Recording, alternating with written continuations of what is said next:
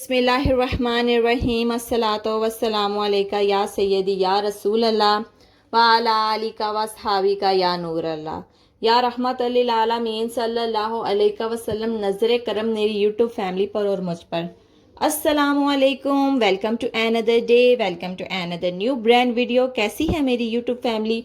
अल्लाह पाक मेरी YouTube family को बहुत सारी खुशियों से नवाजे, बहुत सारा कामयाब करे, आमीन सुम्मा आमीन। तो जिन प्यारों ने अभी तक मेरे चैनल को सब्सक्राइब नहीं किया, जो अभी मेरे चैनल पर नए आए हैं, वीडियो को स्टार्ट करने से पहले जल्दी से मेरे चैनल को सब्सक्राइब कर लें। और मेरी प्यारियों, इस वीडियो को ज़्यादा से ज़्यादा आगे दूसरों तक शेयर किया करें, ताकि आपकी किसी की परेशानियों और मुश्किलात को दूर करने के लिए वसीला बन सकें और सदका जारिया बन सकें।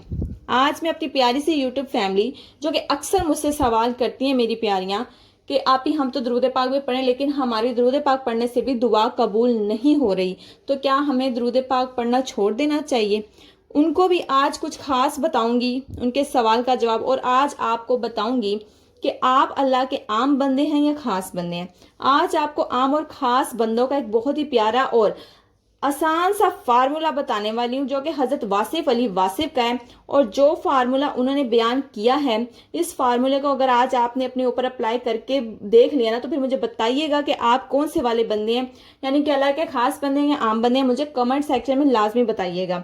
तो हज़रत वासिफ अली वासिफ फरमाते हैं कि वो मालिक है और वो जो मर्जी करने वाला है। अपने बंदे पर दरूद पढ़ रहा है तो क्या वो अपने सामने बिठाकर नहीं पढ़ सकता?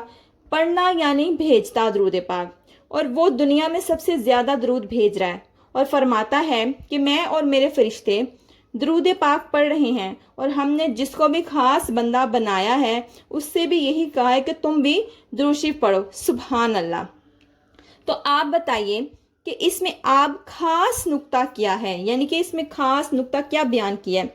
वासिफ अली वासिफ फरमाते हैं कि अल्लाह जिस बंदे को खास बनाना चाहता है, अल्लाह उस बंदे से वो अमल करवाता है जो अल्लाह सुब्हाना ताला की और उसके फरिश्तों की सुन्नत है।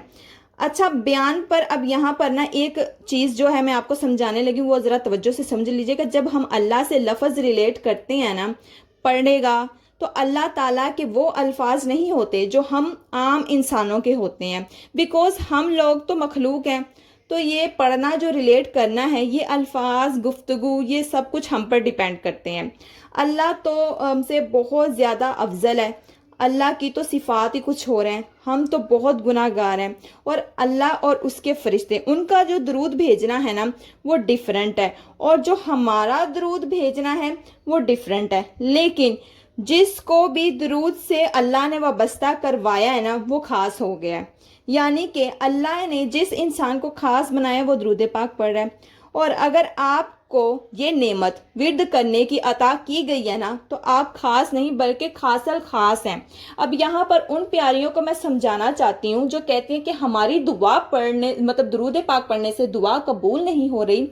तो मेरी प्यारियों, गौर से तवज्जो से मेरी इस बात को समझ लीजिए कि इसका मतलब ये नहीं है कि आप दरूद पाक पढ़ना छोड़ दें। वो इसलिए कि अल्लाह ने अगर आपको ये नेमत अता की है, तो इसका मतलब आप खुश नसीब हैं। शुक्र अदा कीजिए कि आपकी ज़ुबानों पे ये दरूद पाक का विर्द जारी है, जो अल्लाह पाक खुद अपने महबूब पर भेज रहा है। उस विर्द में, उस सुन्नत में अल्लाह पाक ने आप लोगों को भी शामिल कर लिया। तो जो दरूद पाक पढ़ रहे हैं ना, वो तो खुश नसीब हैं। खुद पर अपने फ़ख्र महसूस करें कि अल्लाह पाक ने आपको उन खुश नसीब बंदों में शुमार किया हुआ है। आप आम बंदे नहीं हैं। जो आम है ना, आप उनसे खुद को रिलेट कर ही नहीं सकते, क्योंकि आप बहुत खास बंदे हो चुके हैं कि अगर आप दरूद पाक पढ़ें।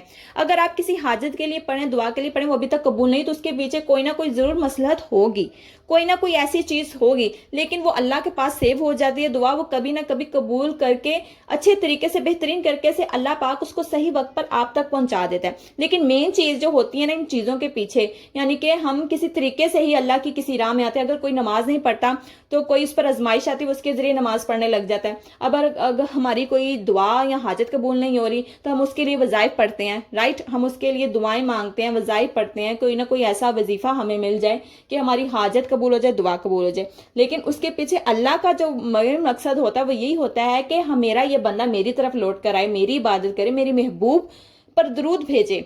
تو اب مین جو چیز ہے اللہ پاک کا ہم پر یہ کرم ہے، جو آزمائش تو آئی جو ہماری دعا نہیں قبول ہو رہی اس کو ایک سائڈ پر رکھ دیں، لیکن ایک سائڈ سے یہ دیکھیں کہ آپ درود پاک پڑھے ہیں، اور جو لوگ کہتے ہیں دعا نہیں قبول ہو رہی درود پاک پڑھنا چھوڑ دیں، تو وہ خود کو خوش قسمتی سے بد قسمتی کی طرف لے کر جانا چاہتے ہیں۔